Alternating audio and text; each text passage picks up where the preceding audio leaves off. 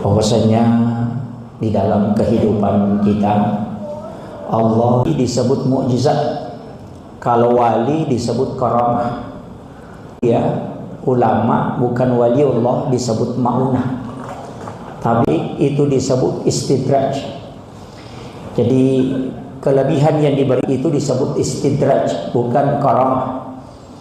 Jadi kalau keistimewaan untuk kepada hambanya, tapi bukan untuk semakin dicintai, cuma Allah murka kepadanya. Jadi hati-hati, tidak semua pemberian Allah itu adalah nikmat, tidak. Ini yang harus saya luruskan dulu. Ada melakukan kesalahan, banyak melakukan dosa, tapi kadang dia diberikan kelebihan. Kelebihan itu bukan maunah, tapi itu adalah istidraj. Jadi Allah berikan supaya semakin jauh. Hanya di dalam hadis qudsi itu Allah mengatakan, man lam yashkur ala na'mai wa falyakhruj minal ardi falyatruk rabban siwai. Jadi Allah itu marah. Man lam yashkur ala, aku berikan, wa lam yasbir ala bala, dan tidak bersabar terhadap musibah atau bala yang menimpa, lam yarda ala qada'i, dan tidak ridha terhadap takdir yang aku tetapkan kepadanya. Allah mengatakan falyatlub rabban siwai, dan cari Tuhan selain aku yang kau sembah. Itu saking marahnya Allah kepada orang yang tidak bersyukur. Karena doa itu sebenarnya kuncinya itu mengharap. Jadi tidak ada aktivitas di dunia ini Pak tidak diawali dengan doa. Coba kita cari basmalah. Walaupun nanti ada satu perbuatan yang tidak boleh kita basmalah. Itulah hikmah 14 surah. Itu ada satu surah yang tidak ada basmalahnya, surah Bara'ah. Itu sebenarnya hikmahnya seluruh mencuri tidak usah baca basmalah. Itu kuncinya. Kalau mau melakukan kejahatan tidak usah basmalah lah. Berapa? Siapa basmalah apa lah? Satu.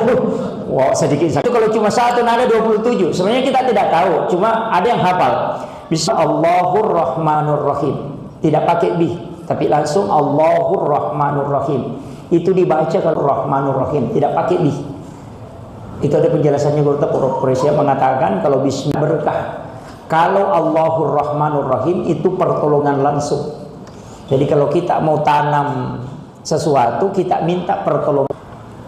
Makanya dibaca Allahur Rahmanur Rahim. Itu bukan Bismillahirrahmanirrahim. Kemudian ada juga Bismillah. Karena itu yang dibaca kalau menyembelih.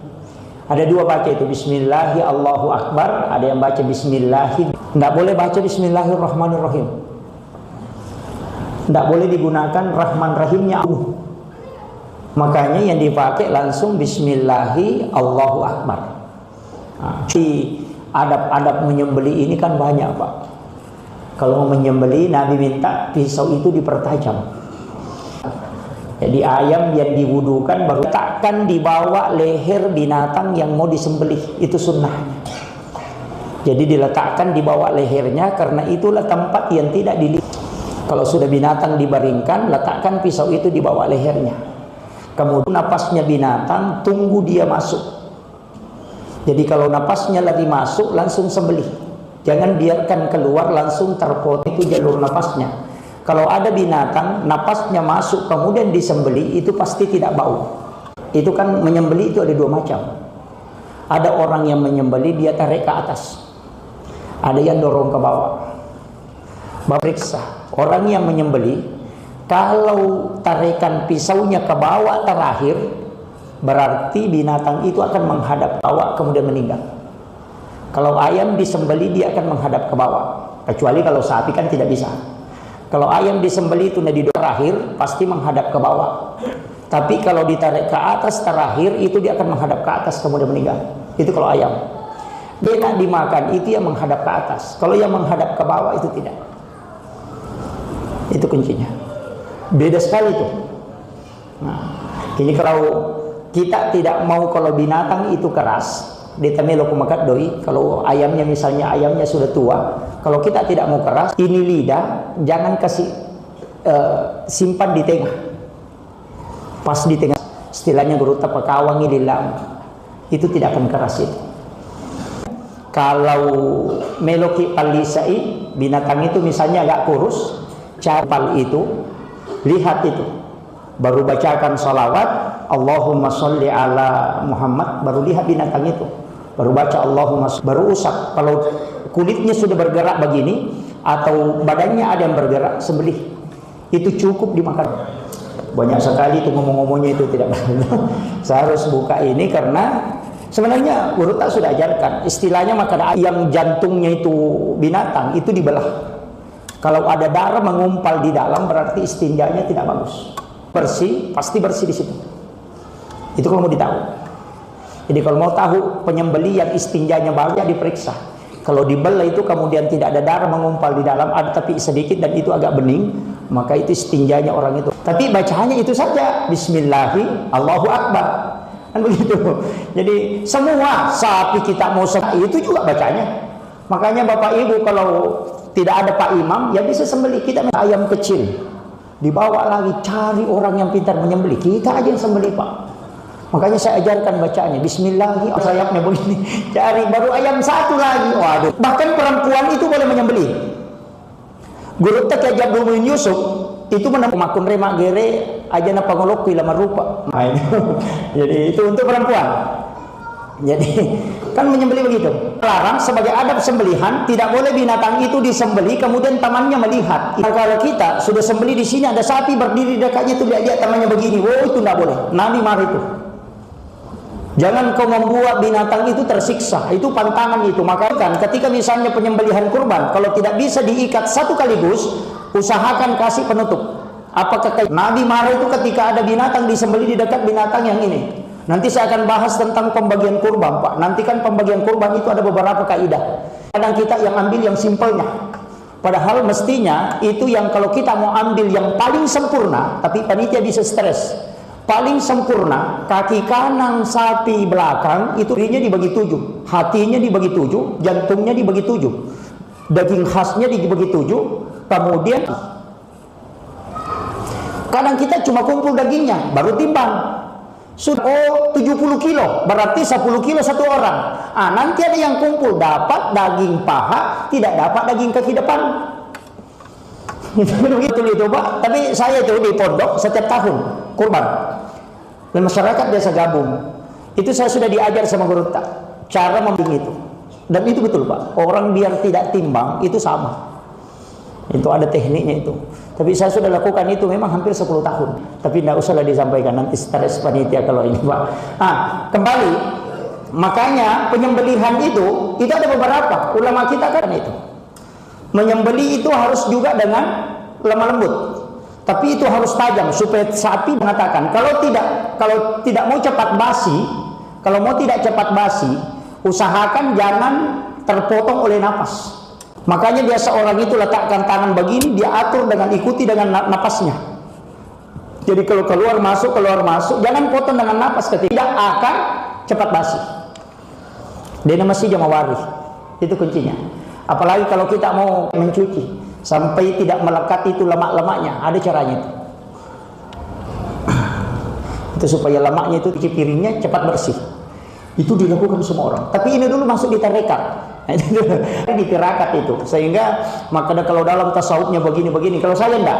Saya itu diajarkan sama guru. Dia bilang yang pokoknya kalau menyembelih 2 kemudian ada di bawah 1 itu jadi pas 3 dengan saluran makan. Yang penting itu putus. Itu saja yang masuk rukun. Dan kita yang menyembelihnya sambil membaca Bismillahi Allahu Akbar. Ada juga yang mengikuti dengan jumlah kaki. Kalau 4 kakinya 4 kali takbir. Allahu Akbar, Allahu Akbar, Allahu Akbar. Tapi kalau mau pakai itu silahkan. Nah itu jadi itu kalau menyembelih. Tapi penjual ayam potong kan kalau menyembelih para itu dia cuma lipat sayapnya, tarik kepalanya, baru dia sembelih. Nah itu yang fatal itu. Begitu. Kita yang sembelih, minta pisaunya baru kita suruh pegang, baru kita yang sembelih. Yang fatalnya, tapi menyembelih itu ada begini Pak, ini yang penting. Imam Syafi'i itu haram, itu sudah bangkai Pak, tidak boleh dimakan. Kepalanya sudah pecah, langsung kita ambil pisau karena masih bergerak, kemudian kita sembelih. Imam Malik boleh, selama dia bergerak sembelih. Kalau ada darah menetes di bekas sembelihan berarti boleh dimakan. Karena matinya tertindis, bukan karena sembelihan, karena yang dihitung yang terakhir. Coba. Kalau Imam Syafi'i, kalau kau sudah sembelih, masukkan ke dalam tempat, kemudian baku tindis, yang penting tidak sengaja menjepitkan, maka itu tetap dihukum dengan alasan masih hidup, itu hanya sabotase. Kau akali saja itu, karena sebenarnya walaupun kau tidak sembelih tetap mati, cuma kau akali. Makanya saya bilang kau sabotase, ya begitu. Coba kau lihat, anda usah kau sentuh, tunggu, padahal dia sudah bergerak menuju kematiannya. Kan itu alasannya Imam Syafi'i. Sehingga dia mengatakan kalau sudah disembelih ada darah menetes berarti ada pengaruhnya, makanya masih halal. Itu perbedaannya. Nah, makanya saya bilang bapak mau pilih mana? Kalau pilih Imam Syafi'i, sembelih, itu sudah bangkai. Kalau pilih Imam Malik, ambil pisau cepat baru sembelih. Ada juga yang mengakali, Pak. Kalau anak ayam ikut Imam Syafi'i. Kalau ayam itu pilih-pilih itu, jadi masalah itu. Saya pernah itu ke Pinrang, pergi ceramah itu senang naik motor.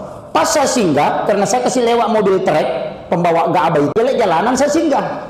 Itu ada ayam terbang dari dalam rumahnya orang, langsung tabrak, goyang-goyang begini. Itu pemiliknya ada di atas rumah, pakai handuk-handuk, tidak pakai baju. Dia lihat begini. Langsung dia lepaskan, baru dia melihat ke saya, langsung dia lihat, Pak Ustaz, langsung ambil itu dimakan. langsung saya ditanya, Pak Ustaz, boleh dimakan? Saya tuh berpikir dulu, saya langsung jawab, langsung tanya, Pak, itu ayam kita punya atau bukan? Karena jadi masalah, Pak. Seperti dia bilang bisa dimakan. Saya lihat mukanya, bilang, ayo ambil nih, Malik, lolos itu. Tapi kalau saya pribadi itu sudah tidak. Kenapa? Karena saya pakai pikir jadi bangkai. Apalagi kalau masih bergerak kemudian dimasukkan di air panas, oh itu fatal itu. Nah, itu kah tuh? Nah, ini yang penting. Oh, ini sudah lewat ini. Terakhir saya ingin sampaikan bahwa basmalah seperti itu tadi, bismillahi, ada yang pakai bismillahi billahi Allahu akbar, ada pakai bismillah. Ada juga satu bismillah, Pak, ini terakhir. Bismillahilladzi la yadurru ma'asmihi syai'un fil ardi wa fis samai wa huwas samiul alim. Kalau bapak tidak mau digigit nyamuk, itu yang dibaca. Tapi tidak usah diajarkan ini, Dik. Nanti bayiku. Saya pakai itu. Lama di pondok itu tidak pakai kelambu. Saya dapat ilmu ini dari guru. Dulu itu saya lihat pengajian, dia bawakan cara taksiyah. Besok hinggap sebentar terbang lagi. Kita itu sudah goyang-goyang kaki begini, ini makanya. Pulang saya tanya, bagi apa yang dibaca supaya tidak digigit nyamuk? Dia cuma bilang, Bismillahilladzi la yadurru ma'asmihi syai'un fil ardi wala fis samai wa huwas samiul alim. Ini juga yang dibaca, Pak. Kalau kita takut kalau ada racunnya, itu juga yang dibaca. Kalau ada racunnya itu insya Allah kalau Allah berkahi itu akan pecah. Racun begini kalau tersengat tergigit ular sehingga bisa selamat, karena ini yang membuat jamaah di sana banyak. Ternyata Khalifah Umar tanya, itu apa? Dia bilang ini racun ular yang paling mematikan dari India. Umar mengatakan, sini saya coba lihat. Dia lihat itu obatnya itu aja. Kaget ini orang dari India ini satu gelas bisa ular dia minum tidak apa. Itulah dua lapis sama wasem baru minum. Insya Allah besok kita taksiyah. Karena imannya yang baca beda dengan Umar.